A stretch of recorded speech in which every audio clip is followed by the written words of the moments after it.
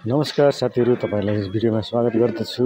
आज चाहिँ म तपाईहरुलाई फिशिङ र फिशिङ नेटको एउटा एक्सपर्ट मान्छेसँग तपाईलाई इन्ट्रोड्युस गराउँदै छु। उनी चाहिँ हाम्रो गाउँको हुनुहुन्छ। फिशिङ र फिशिङ नेट सम्बन्धी चाहिँ एकदम जानकार मान्छे हुनुहुन्छ, जानकार व्यक्ति हुनुहुन्छ र उहाँलाई म तपाईको सामने इन्ट्रोड्युस गर्दैछु।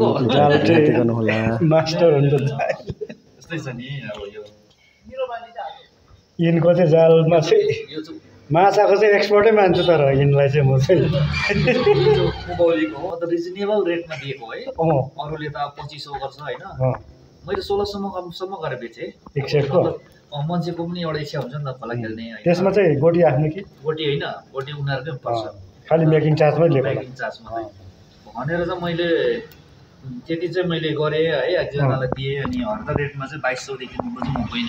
किन भन्दाखेरि पैसा भन्ने अब गाउँबस्तीमा नहुनेलाई त अब साह्रै पर्छ नि त। रिजनेबल रेटमा चाहिँ मैले दिएँ हैन। र पनि लिनु चाहनेहरूलाई आफन्तहरूलाई त मैले कम्ती नै गर्ने आएको भए त्यस्तो पनि होइन कि म कसैमाथि एकदम लागेको फिक्स दाम मेरो गोरुको 12 टाका भन्ने त होइन। किन भन्दा सबैको इच्छा हुन्छ एउटा कुरो। फेरि एउटा खोलामा गएर माछा मारेर खानु त्यो कसैको अब उयो होइन है।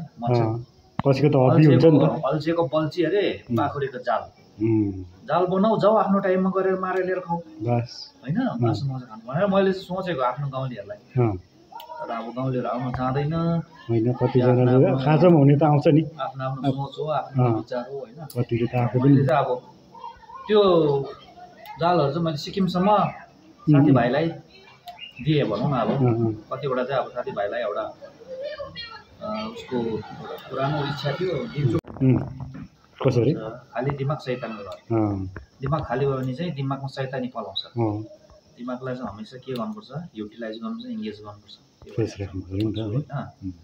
जहाँ चाहिँ यस्तै छ भने अब यो ठिक छ त। सक्नु एउटा यहाँ खाली रहेको छ। यो सुरु गरेको यो चाहिँ यस्तो हुन्छ अरे मैले सुनेको। जुन दिन मान्छे मर्छ नि, त्यो मान्छे मरेको दिन चाहिँ जालहरूलाई थाल्नुपर्छ अरे क्या। ए हो, त्यसले चाहिँ बहुत त्यो चाहिँ कस्तो सिकारी जाल हुन्छ अरे। ए बिचमा यो चाहिँ तयारी भएको। त्यसले चाहिँ कमसेकम 10 किलो चाहिँ मारिसक्यो है। आफ्नो हो क्या यो चाहिँ। ए